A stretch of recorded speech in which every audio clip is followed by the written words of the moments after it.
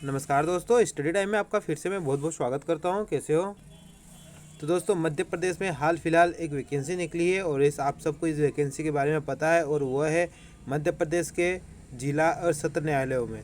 मतलब कि जो जिला डिस्ट्रिक्ट में जो कोर्ट होती है उनमें जो वैकेंसी निकली है, और कौन कौन सी निकली है। Stenographer grade 2, stenographer grade 3, okay. उसके बाद सहायक ग्रेड 3, असिस्टेंट ग्रेड 3 बोलते हैं हम जिसको। तो ये वैकेंसी निकली हुई है। तो इसके बारे में हम पहले बहुत से बात डिस्कस कर चुके हैं विज्ञापन के बारे में। हम आज डिस्कस करेंगे दोस्तों सिलेबस के बारे में। आप सबसे रिक्वेस्ट है, अगर आप चाहते हो कि आपको जॉब चाहिए तो आप देखिए व्यापम का तो एग्ज़ाम लेने का पैटर्न और ये सब कुछ, कब एग्ज़ाम निकलती है, कब नोटिफिकेशन आता है, तो आपको सब पता है व्यापम के बारे में। लेकिन मैं आपको एक बात क्लियर कर देना चाहता हूँ, ये परीक्षा व्यापम नहीं लेगा, ओके। ये मध्य प्रदेश का जो न्यायालय है जबलपुर, ये खुद अपनी पर्टिकुलर एग्ज़ाम कंडक्ट करवाते हैं। तो यहाँ पर आपकी प्रोसेस अच्छे से हो जाएगी, जल्दी हो जाएगी, आपको जॉब भी जल्दी मिल जाएगी। तो आप एप्लीकेशन फॉर्म का वेट ना करें। अगर आपके पास सीपीसीटी है तो आप तैयारी आज से ही शुरू कर दीजिए इसके फर्स्ट पेपर की, और सेकंड साथ साथ में सेकंड पेपर की आप प्रैक्टिस कंटिन्यू करते रहिए। तो आज हम इसके सिलेबस के बारे में बात करेंगे, साथ ही साथ दोस्तों हम इसमें जो बेस्ट बुक्स है जिसको आप एग्ज़ाम क्रैक कर सकते हो, ओके, तो उस बारे में मैं आपसे डिस्कस करूंगा। देखिए, आपको कोई कोचिंग वोचिंग जाने की ज़रूरत नहीं है। आपको मैं कुछ यूट्यूब चैनल्स की लिंक प्रोवाइड करूंगा जिसमें आप मैथ्स अच्छी तरह से सीख जाओगे। आपको किसी भी कोचिंग की जरूरत नहीं पड़ेगी, ओके। तो चलिए, तो आपसे रिक्वेस्ट है, अगर आप फर्स्ट टाइम विजिट कर रहे हो तो चैनल को जरूर सब्सक्राइब कर लीजिए। और हम भी दोस्तों इसकी तैयारी आपको हमारे चैनल के माध्यम से भी करवाएंगे। मैं उसके लिए भी तैयारी कर रहा हूँ, ताकि मैं हो सके मैं आपको बहुत कुछ कंटेंट दे पाऊँ, ओके, जितना मुझे अनुभव है। तो चलिए शुरू करते हैं। तो दोस्तों, जैसा कि आप सबको पता है कि 2 पेपर होंगे, आपका प्री और मेंस होगा, ओके। तो दोनों ऑनलाइन होंगे, और मेंस में तो आपकी टाइपिंग है और डिटेक्शन है। तो हम पहले प्री देख लेते हैं, क्योंकि जब तक प्री क्लियर नहीं होगा तब तक आप मेंस में जा ही नहीं पाओगे। तो प्री के बारे में हमें आपको सभी जानकारी पता होना चाहिए। तो कोई पेपर ज़्यादा टफ नहीं है, पेपर अच्छा ईजी आएगा, आपको परेशान होने की ज़रूरत नहीं है, ओके। लेकिन यहाँ पर आपको कुछ चीज़ें हैं जो ध्यान देना पड़ेगा।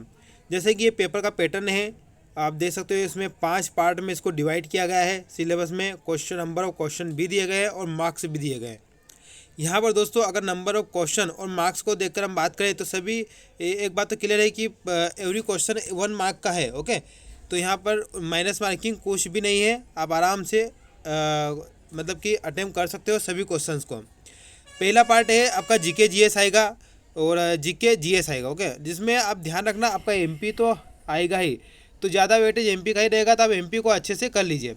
इसके साथ ही साथ दोस्तों, मैं आपको ओल्ड पेपर भी प्रोवाइड कराऊंगा, क्योंकि अगर आप किसी एग्ज़ाम की तैयारी करना चाहते हो तो उस एग्ज़ाम के ओल्ड पेपर को आप जरूर एनालिस करें, ताकि आपको पता चल जाए कि पेपर एग्ज़ाम में किस तरह से आता है, किस तरह से क्वेश्चन फॉर्मेट बनता है, ओके।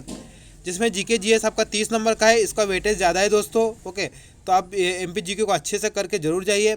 दूसरा है आपका मैथ्स और रीजनिंग है, ये भी 20 नंबर का आएगा। हालांकि यहाँ पर फिक्स नहीं है कि मैथ्स कितना आएगा, रीजनिंग कितना आएगा, लेकिन फिर भी हम मान लेते हैं 10-10 नंबर, ओके।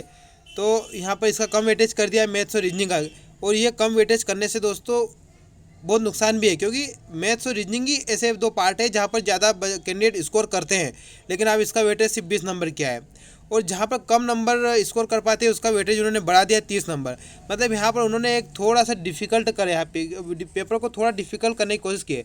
लेकिन यहाँ पर दोस्तों, अगर कोई चीज़ डिफ़िकल्ट होती है ना, तो ये परेशान होने वाली बात नहीं है। आप अगर बैंक की एग्ज़ाम अगर आप दिए होंगे तो आपको इस चीज़ के बारे में पता होगा। अगर कोई चीज़ डिफ़िकल्ट होती है ना, तो सबके लिए होती है, आपके लिए नहीं होती, उसका कट ऑफ कम जाता है, ओके।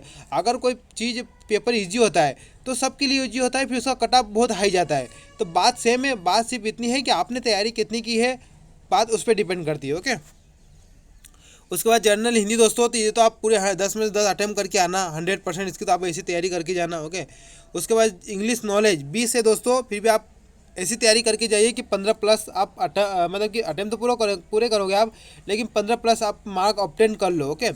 कंप्यूटर नॉलेज एक ये पार्ट है दोस्तों, इसका भी 20 नंबर का है। इसमें भी आपको अच्छा खासा अटेम्प्ट करना पड़ेगा, आपको 18-19 नंबर किसी भी हालत में लाना ही पड़ेंगे। इसके लिए मैं आपको बुक बता दूंगा कंप्यूटर की, आप पढ़िए, एक एक नंबर आपके लिए दोस्तों, ईच एंड एवरी क्वेश्चन आपके लिए बहुत ही इंपॉर्टेंट है इस एग्ज़ाम में, ओके। अब यहाँ पर मैं आपको बता दूँ 1200 पद है, 1200 लगभग के पद है। तो प्री में कितने कैंडिडेट को क्वालिफाई किया जाएगा? प्री में 3 गुना, तो हम 3600-3700 के समथिंग कैंडिडेट को यहाँ पर सिलेक्ट किया जाएगा। तो ये है आपका प्री का पूरा पैटर्न, ओके।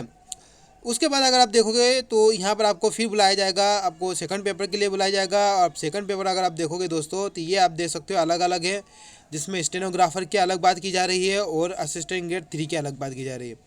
अब इसमें जो असिस्टेंट ग्रेड 3 है जो इंग्लिश नोइंग है, ओके, तो उसमें थोड़ा उन्होंने चेंज कर दिया। ओके चलिए, तो सब ज़्यादा जिस पोस्ट के लिए फॉर्म अप्लाई होंगे वो है असिस्टेंट ग्रेड 3, क्योंकि स्टेनोग्राफर हर कोई नहीं कर पाता है। तो स्टेनोग्राफर में क्या होगा दोस्तों कि हिंदी स्टेनोग्राफी डिटेक्शन होगा, 400 वर्ड होगा, ओके, प्लस ट्रांसक्रिप्शन होगी, टाइपिंग होगी और मार्क्स 100 नंबर रहेंगे। और आपको जो टाइम मिलेगा वो जो 5+3 मतलब 5 मिनट मिलेंगे और बाकी 30 मिनट मिलेगा, मतलब 35 मिनट का टोटल। अब हम जो मेन इंपॉर्टेंट है वो है असिस्टेंट ग्रेड 3, ओके। अब इसमें भी आपको 2 पार्ट है, एक तो आपकी हिंदी टाइपिंग होगी सिंपल 350 वर्ड, उसके लिए 10 मिनट, ओके। तो देखिए सिंपल सी बात है, 350 वर्ड और 10 मिनट, तो आप इसमें डिवाइड कर दीजिए, तो आपके 1 मिनट में 35 वर्ड के हिसाब से आपकी टाइपिंग हिंदी होना चाहिए सेकंड एग्जाम के लिए, ओके। उसके बाद अगर हम देखें दोस्तों, उसके बाद आपको यहाँ पर डायरेक्ट डिटेक्शन देंगे, वो भी 400 वर्ड दिया जाएगा, डायरेक्ट आपको सुनाया जाएगा, आपको वो टाइप करना पड़ेगा सुनकर, उसके लिए भी आपको 10 मिनट दिए जाएंगे, ओके। तो यहाँ पर आपके अगर 35 वर्ड पर मिनट भी है तब भी आप यहाँ पर क्वालिफाई कर पाओगे, क्योंकि यहाँ पर देखिए आप ही नहीं सभी के साथ यहाँ पर प्रॉब्लम आएगी इस वाले पार्ट में। तो आप ये अपने आप को थोड़ा अच्छा प्रिपेयर करें, 100% तो नहीं कर पाओगे, लेकिन हर कोई नहीं कर पाएगा, लेकिन आप थोड़ा औरों से थोड़ा अच्छा प्रिपेयर करके जाइए, ताकि यहाँ पर आप थोड़ा हाई स्कोर कर पाओ औरों से, दूसरों से, ओके। तो यहाँ पर आपके सिलेक्शन के बहुत ज़्यादा चांसेस है। ये दोस्तों मेन पेपर ही यही डिसाइड करेगा आपका सिलेक्शन, ओके, ध्यान रखना। एक बात मैं क्लियर कर दूँ, आपकी हिंदी टाइपिंग रेमिंगटन गेल में ही होगी, इन स्क्रिप्ट वाले यहाँ पर ध्यान दीजिएगा, ओके, इस चीज़ को नोट कर लीजिए। अब यहाँ पर इस पॉइंटों को भी नोट कर लीजिए कि सहायक ग्रेड 3 की मुख्य परीक्षा में अभ्यर्थियों को 10 मिनट के में लगभग 350 शब्दों का हिंदी टाइपिंग मैटर दिया जाएगा। आपकी हिंदी टाइपिंग होगी 10 मिनट की। उसके बाद अभ्यर्थियों को हिंदी डायरेक्ट डिटेक्शन दिया जाएगा, जो कि 4 शब्दों का होगा, जिसे अभ्यर्थियों को सुनकर सीधे कंप्यूटर में टाइप करना है। तो इस बात को भी आप नोट कर लीजिए। इसके बाद सेकंड पेपर में दोस्तों आपको कुल अंकों में से कम 50% प्राप्तांक लाना ही पड़ेगा, तो ही आप क्वालिफाई माने जाओगे। अदरवाइज़ अगर आप सेकंड पेपर में 50% से कम नंबर ला रहे हो तो फिर आप कितने भी प्री में लाए हो कोई फ़र्क नहीं पड़ता, आपको डिस्क्वालीफाई कर दिया जाएगा, ओके। और इस संबंध में कोई अभ्यावेदन भी स्वीकार नहीं किया जाएगा, इस बात को भी आप नोट कर लीजिए। अब यहाँ पर दोस्तों गौर करने वाली एक बात और है इस नोटिफिकेशन में कि आपका जो 2 पेपर होंगे तो आपकी मार्किंग, आपकी मेरिट लिस्ट किस पेपर के हिसाब से बनेगी, प्री के हिसाब से बनेगी या फिर मेन के हिसाब से, या फिर दोनों को जोड़कर। तो यहाँ पर इन्होंने क्लियर कर दिया है, पहली बात तो 2 एग्जाम होगी, प्री और मुख्य। अब यहाँ पर देखिए, जो प्रारंभिक परीक्षा होगी, प्रथम चरण में प्रारंभिक परीक्षा ऑनलाइन आयोजित की जाएगी, जो कि मुख्य परीक्षा के लिए अभ्यर्थियों की संख्या को सीमित करने के लिए केवल स्क्रीनिंग अनुवीक्षण परीक्षा होगी। प्रारंभिक परीक्षा के प्राप्तांकों को अंतिम चयन में नहीं जोड़ा जाएगा। तो यहाँ पर दोस्तों प्रारंभिक परीक्षा सिर्फ क्वालिफाइंग एग्जाम है, ओके। आपके इसके अंकों को नहीं जोड़ा जाएगा, जो अंक जोड़ेंगे वो सेकंड एग्जाम के ही, मेन एग्जाम के ही जोड़ेंगे। तो ये बहुत ही बड़ी बात है, इन्होंने यहाँ पर बहुत बड़ी बात बता दी है। तो इसका मतलब ये नहीं कि आपको प्री की तैयारी नहीं करना है, आपको नहीं पता कि प्री का कट ऑफ कितना जाएगा, ओके, क्योंकि कैंडिडेट अप्लाई करेंगे तो आपका कट ऑफ हाई भी जा सकता है, आपको प्री की फुल तैयारी करना पड़ेगा। तो यहाँ पर आपको फिर मेंस की तैयारी साथ में लेके चलना पड़ेगा। तो ये चीज़ें हैं दोस्तों, सब कुछ मैंने डिस्कस कर दिया। अब हमारा नेक्स्ट वीडियो आएगा, इसकी तैयारी में हम कौन सी बुक्स को फॉलो कर सकते हैं ताकि प्री आराम से आपका प्री निकल जाए, तो वो भी मैं आपको बता दूंगा, एक वीडियो में प्रिपेयर कर दूंगा उस पर भी। धन्यवाद।